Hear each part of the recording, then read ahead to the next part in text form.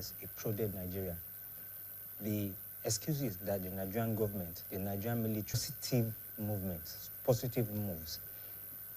And, well, they made some moves, but at the same time, as the moves were being taken, there were still more abductions, still more kidnappings, still more crimes being, committed by the so-called terrorists, so-called others, former others, so-called,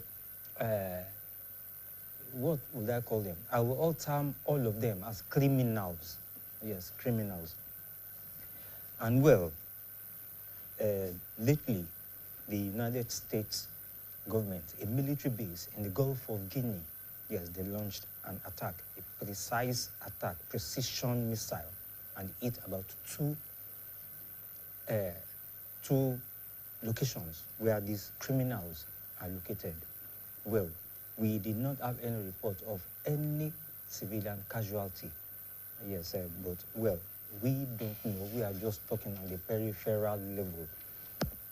Now, let me just, before I go to Chief Adewale Ajakaye, you are much welcome to the program. He is a retired Assistant Inspector General of Police. I've been hearing about that name since I was a young person, before I entered BCOS, before I gained appointment to BCOS. I've been hearing about that name. Chief Adewale Ajakaye, you are very much welcome to the program. Pleasure. And yes, our regular host here, Dr. Olubunmi Shodipo, is a public affairs analyst. You are welcome to the program, sir. Thank you very much. Now, let me just go through some of, just to recall, taking you back memory lane now about what happened before we go to the program proper. Now, the abduction of the 177 worshippers from Equa Church and Cherubim and Seraphim Churches 1 and 2, that is making 3 churches, has sparked widespread concern and outrage. And the attack, which occurred on Sunday morning, 18th January 2026, involved armed bandits who stormed the churches, taking entire families hostage, including children as young as 6 and elderly individuals up to 71 years old. Now, the kidnappers have demanded a ransom. They demanded a ransom of 150 million naira for the release of the victims, with some families already paying 2.6 million for previously abducted relatives. And the incident has raised questions about security measures in the area, with critics accusing the government and security agencies of initially denying the attack. Yes, that is one area. That is one area that bothers me. Yes, controversies are surrounding that denial that no such occurrence happened that day by the federal government, by the police, by the military, by the local government chairman. At the same time, about 2 or 3 days ago, they challenged the community, yes, the communities, to produce the names of those that were abducted. The communities produced those names. Later, the police said they were going to investigate. I don't really understand that area. I think AIG will just put us through what really can, surround, what controversy can surround that aspect. Now, the prominent figures, including former president candidate Peter Obi, condemned the abduction. Yes, it is usual. He will condemn it. And the abduction called for swift action to rescue the victims and address the growing insecurity in the area. Now, the Christian Association of Nigeria, too, also verified the attack and is working with authorities to secure the release of the abducted worshippers. So, let me first quickly go to AIG, retired AIG Ajakaye. Well, how do you see this controversy surrounding what happened on that day? The abduction happened. The communities, they ran to the police, they made outcries. The police said nothing of such happened. The federal government said nothing happened. The state government said nothing happened. The local government chairman said nothing happened. And you know what followed. And now they have come up with the fact that the IG is saying they will go and investigate, and they have verified that it happened. What really happened? AIG, sir. Well, I wouldn't say I know why what happened, but I'll just explain. Right now, Nigeria is in a big problem. Try to win the favor of the president of USA. He struck this country once, that claiming they've killed some terrorists and the rest of it. And not quite 2 weeks, these Christians were kidnapped from their churches. For the first and second day, people were denying nothing happened. So later when I watched this in television, you see that this thing happened right inside the bush, very far from the bush. It's a very remote part of Kaduna State, close to Kajuru. I think what I think will have informed the federal government action is to play it safe. Because it's very, very clear now that the federal government have been saying never, we don't have Christians being persecuted. And all of a sudden, 3 churches were raided and 167 people were kidnapped. It's a very big embarrassment. The government cannot just wake up and say, yes, it's true. It seems as if, they know what is happening and they are not doing anything about it. Eventually, they came out and accepted what happened and said, yes, what happened was true. And they say they are going to rescue them. They are still on that now. We don't know how soon they'll be rescued. Really, the country has a lot of problems. And recently, I think 3 days ago, one of the CAN leaders in Kaduna, came up to say all that is happening is for these people, the Fulani or whatever, to embarrass the government. That's why they are kidnapping Christians. It's a very big embarrassment. Because they know that President Trump doesn't want to hear that. The Western world doesn't want to hear that. And Nigerian Christians don't want to hear that. That's the way I look at it. Yeah, but before now, I believed, I might be proven wrong. Yeah. I believe that the Christian genocide that President Trump was happening on, I believe it is Nigerians that are being killed, including Muslims. Yes, correct. Yes. So No, are you saying there's no Christian genocide? No, I'm not saying there's no Christian genocide. Yeah. What I'm saying is, it is that Christian genocide. I think they should say Nigerian genocide, not Christian. They should target Nigerian genocide. Okay. Yes. Talking about this genocide or no genocide, it depends on the way one looks at it. Remember when they killed, I think 87 in Yelwata, the president was there, visited them. And when the Oba, the king of, I think the king of, what do you call them, this ethnic group, I've forgotten the ethnic group, when he was addressing the president, he stood up and said openly that the Fulani are the people killing their people, openly. No, he was shown. He said the Fulani are the people killing our people. No, if you look at what has been happening in Plateau State, in Benue State, there's no way you will not say there is a Christian genocide because people that have been killed are Christians. Yes, Christians are the majority. If you confine your investigation to that axis, there's no way you can deny there's no Christian genocide going on. But generally in Nigeria, I don't think the Nigerian government has ever come out, behave like somebody supporting Christian genocide. No, that has never happened, and I don't think it will happen. Yes, Doctor. Now the abduction. Yes, the worshippers in Kajuru, it shocked the nation, the entire nation, and from your respective perspectives, how significant is this incident in the broader context of Nigeria's insecurity? I think it's a continuation of what the country has been experiencing, starting from the abduction of the Chibok girls under Jonathan. It's a continuation, it's like a continuum. And at different times, it spikes. When those who are, because I will tell you categorically that some people are organizing this thing, manipulating it, profiting from it, and they are using it to make political statements. So depending on the mood of the period and the statement that needed to be made, the incidences will spike. And then after some time, it will go down again. So that's why you have, remember, when Trump designated Nigeria a country of particular concern, within that week, did you notice the frequency of abductions? Like 3 or 4 within 1 week. Yes. Somebody somewhere was trying to make a statement that we are on ground, and this problem that we are talking about is very big, bigger than what it actually is. So in the broader context of Nigeria's security situation, or insecurity situation, as the case may be, it is a case of some people wanting to make further statements.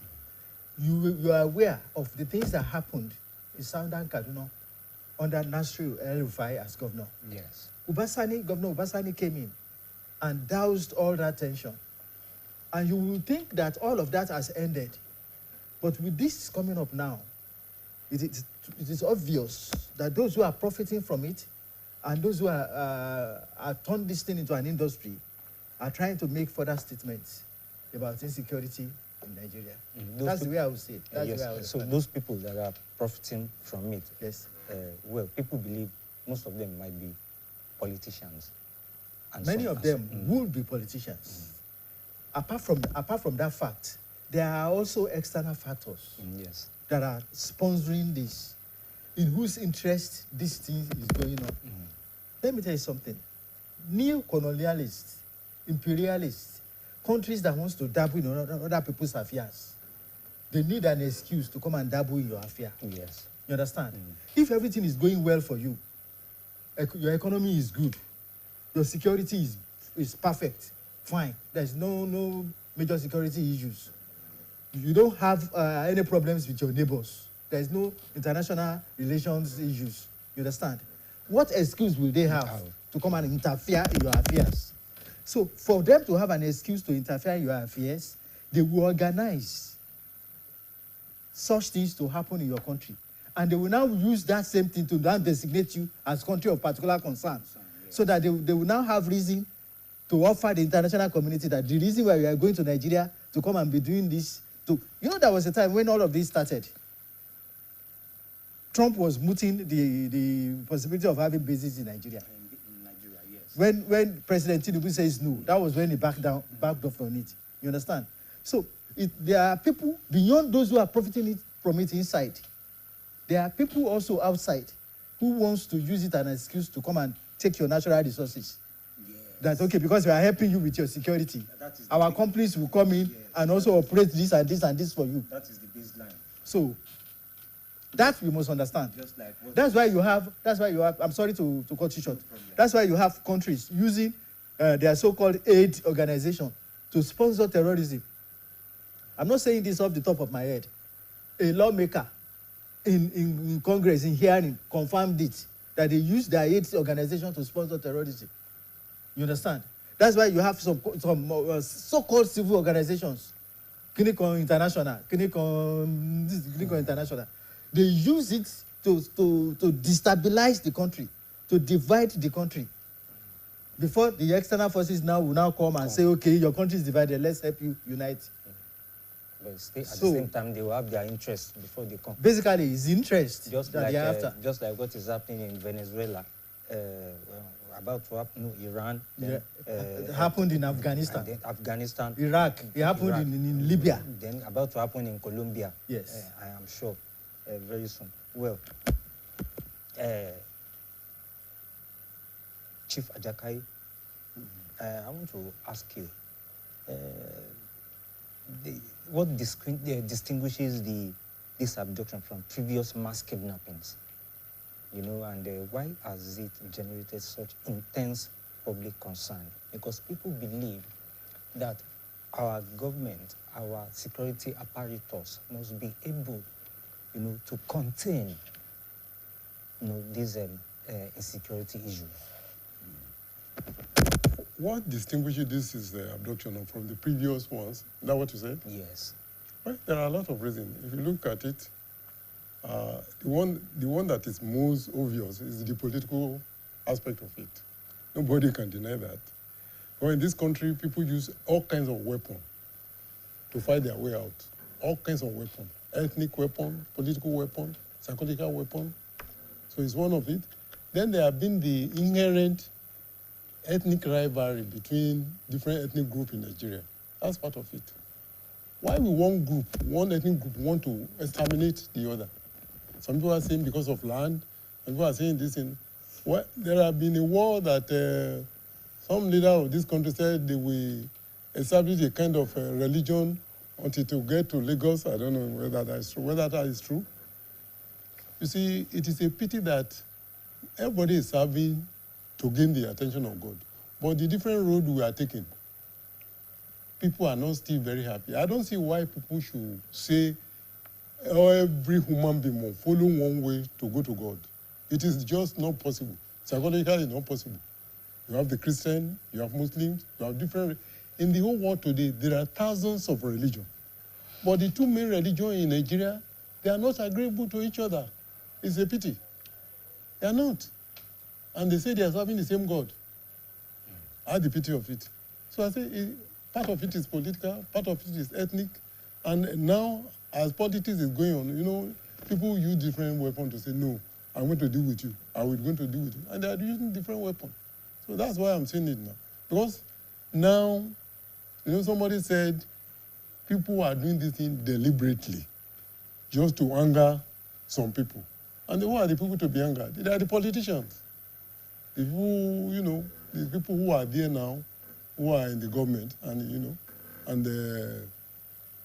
and I'm sure you are reading papers as read about a coup that the people are going to be tried. A month or two ago, the government was denying that there was nothing like a coup. Yes. Why did they deny? And now they are saying there was a coup attempt. So you can see the problem we are in Nigeria. They said they had picked some officers. Yes, 16 of them. 16 of them. And what the question that came to my mind was that, so there was a coup, and the government, the military, the CDS said there was no coup. They said it was disciplinary matter. That's what they call it, disciplinary matter. But now it has come out openly that they wanted to topple the present government. Well, God help us. Now, does this incident point to intelligence failure? Talking about the abductions now. Intelligence failure, operational failure, or systemic weaknesses within the Nigeria security network framework. Is that for me? Yes, for you. Before I go on to that, and AIG will still react to that. Let me just add a little bit to what Daddy had said about, what was the primary weapon that was used to unseat Jonathan? Bring back our guests. That was the primary movement that was used to unseat Jonathan. And so some people have seen that, okay, insecurity within the system can be used to unseat a president. So they kept, it was like a joker they kept to one side. That, okay, anytime we want to unseat, particularly a southern president, all we need to do is create a lot of insecurity. This insecurity is mostly in their region, but they know that the people are. Sorry, let me relapse to my language, Yoruba language. I'm talking about back only will be the Southerners, and they will use it to destabilize and unseat their own president. You understand? When Obi Ezekiel usually was going on about bring back our girls, where was the girl kidnapped in the north? Who kidnapped them? Northerners. You understand? Why should the person to suffer be a southern president? So that's why now Tinubu is there now again. They are now seeing the same trend. They also want to use the same trend to unseat. Now, a coup was tried, it didn't work. Okay, so they turned to the issue of insecurity. And Trump saw that as an opportunity to come in and all of that. Yeah. So, but we are talking about why? Is it intelligence failure? Is it operational failure? Is it a systemic weakness in the system? There was a major damage that was done to the purity and the integrity of the Nigerian army, of the Nigerian security apparatus under late President Muhammadu Buhari. That major blow was delivered when late President Muhammadu Buhari, in his wisdom or folly, as the case may be, told the nation that some people, some confirmed Boko Haram members have repented. How he is able to recognize a repented Boko Haram member, I don't know. And they will invite them to a round table. He now integrated some of them into the army, integrated some of them into the navy. And so today you have in the Nigerian army people who are confirmed terrorists, confirmed Boko Haram members. And you are talking about systemic failure? Why wouldn't there be systemic failure? Why wouldn't there be operational failure? Why wouldn't there be intelligence failure? How can a general be stranded in the bush, in the forest, and he sent a signal to his people that they should come and rescue him, and the enemy got the signal for and reached him first. If they don't have people inside the army also working for the people in the bush. So, indeed, that blow that Buhari deliberately dealt, because he is a former general who knows the implication. If it was a civilian president that did that kind of a thing, you would think you might give him the benefit of doubt that, okay, maybe he didn't listen to his security advisors. Maybe he made a mistake. Maybe he's too kind-hearted to understand the implication. But a former general doing such a thing, you will know it is deliberate. And you will know that it's still part of the trend of what I'm saying. It's a way of strengthening the insecurity as a joker towards removing the incoming Southern president. That's the only way I can understand it. Yes, Chief. I think, in addition to what you have said, I think this is more of what we call systemic breakdown, more than intelligent failure. Look, remember a general was captured and killed by Boko Haram. Yes. How did it happen? How did it happen? A general was moving. There's no way a general can be moving alone inside the bush. Commander. There's no way. Something must happen. And several times, you must have read in the paper, some people are sent to do something, sent on a mission. All of a sudden, they get information and they withdraw. What is happening? So that's what I'm saying, that ethnic rivalry in this country, we are not taking it seriously. It's one of our biggest problems. Some people are born to rule. In those days, they are born to rule. Yes. They are still there today. Born to rule where? In terms of population, what the population of Yoruba? What the population of people? Those people say they are born to rule. They are not up to half of the Yoruba in population. And they are still saying they are born to rule. So we have serious problem in this country. Yes. And that is what has affected the military. That's what has affected the military. Yes, they have been compromised. Compromised, yes. Yes. Let me just quickly give you an example. There was when a battalion, I think a battalion was created somewhere around, I think, the Sambisa forest, yes. When some soldiers were sent on a mission, the head of that mission, they were there. They got to in the night, dead of night, they got to some villages are always shanties there.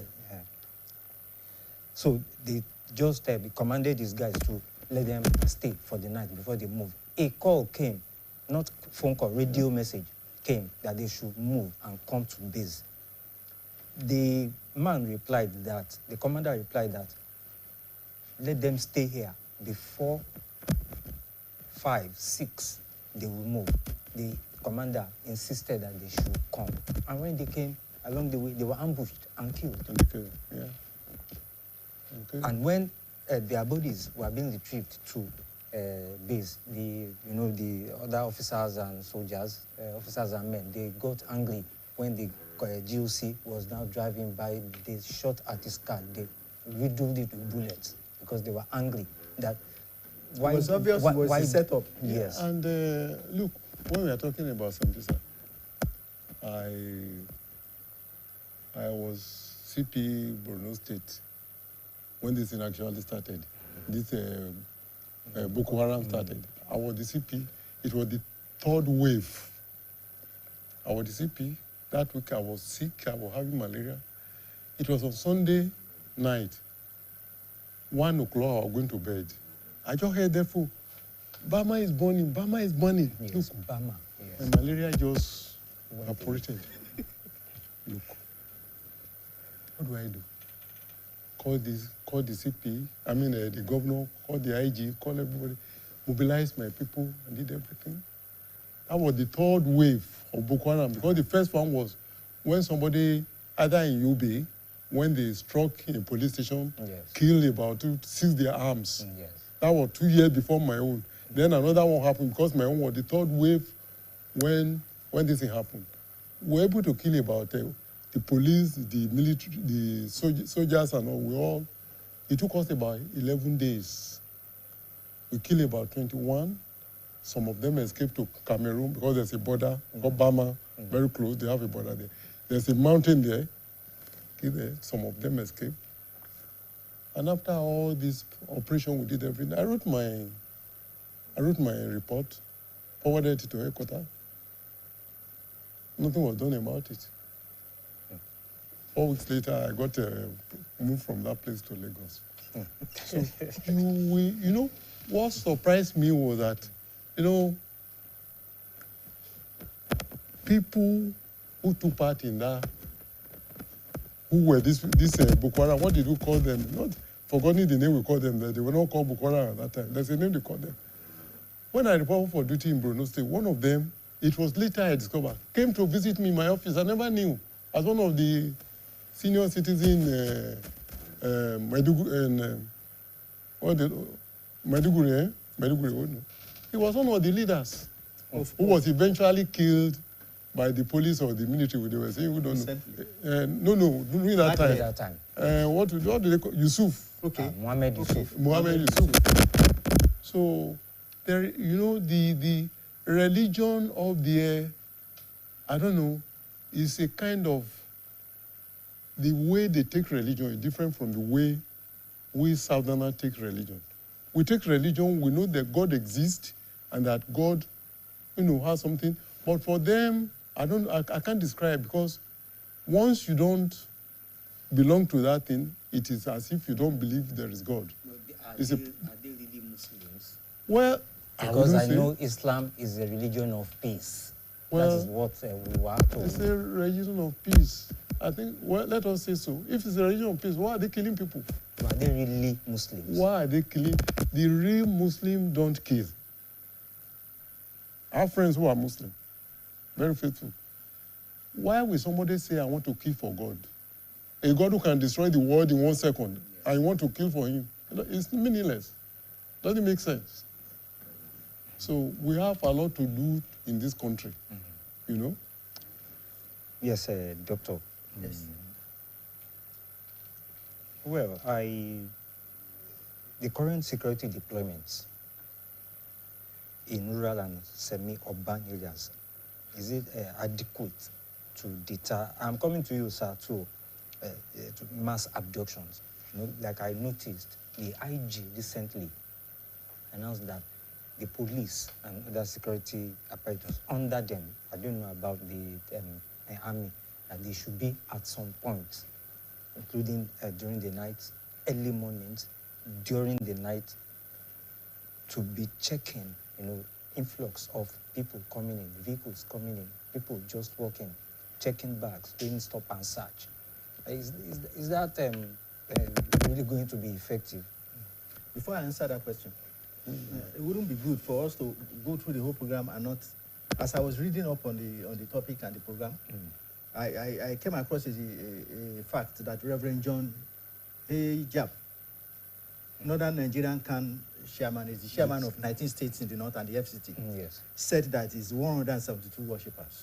Yes. Some escaped. That that was kidnapped. Not 177 like they said. Like we have in these headlines. He said 172. Okay. And then 9 escaped. And so right now, 163 is still being held. Just so that people at home will be aware. So that the figure of 177 will not continue to carry it about. 172 kidnapped, 9 escaped. And 163 still held. That's the information we have for now. Now, but to go on to answer your question, I think our security people needs to be more proactive. You understand? In this particular case of the Calvary Church worshippers that were kidnapped, they said it was the first time they would hit 3 churches simultaneously. Yes. Those people said that. and the governor Obasani admitted that that community is close to Tijana, that has already been known as an epicenter of terrorist activities along the Abuja-Kaduna highway. If you know that as a governor, so now one of the things he was able to, one of the solutions he was able to prefer and he got approval for is that a military base will now be sited somewhere around that area. Why didn't you do that before this abduction? If you are aware that the area is close to an epicenter of terrorist activities, must you wait until 172 people are kidnapped before you now went and begged for a military base in the area? What if a military base had been there before? That's one. Second, some of those victims claimed that the security operatives were arguing among themselves that the thing did not happen. So while they were arguing among themselves, the kidnappers were able to move the victims further into the forest and escape with them. That if they had believed the residents of the area immediately and taken action, that those people would have not been even able to go far with those victims.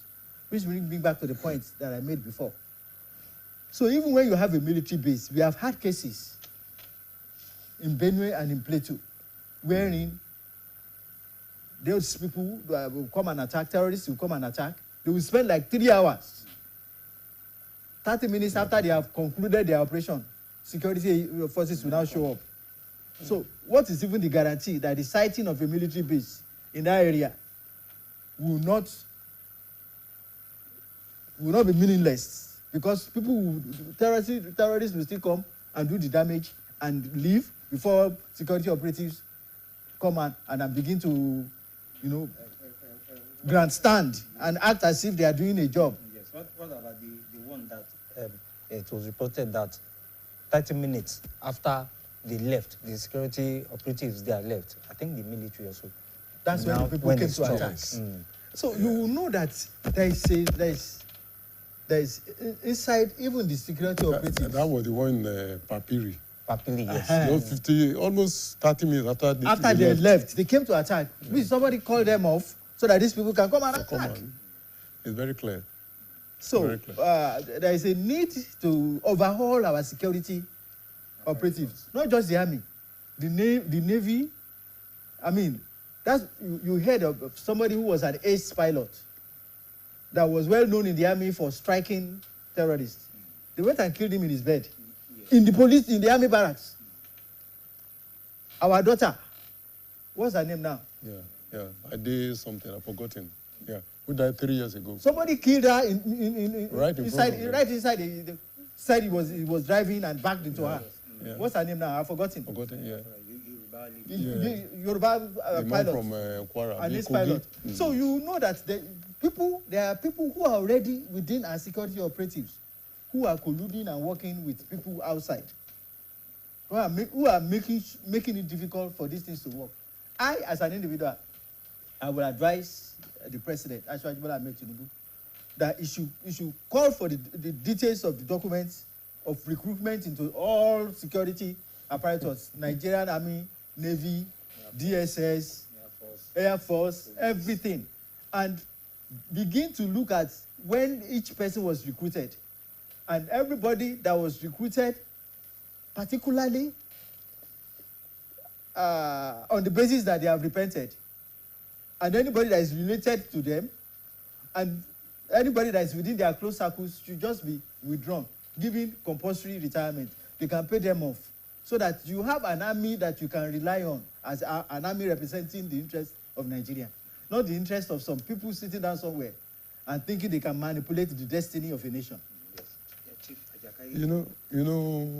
See, on this one, I work in the north, and their vegetation is not like the one we have here.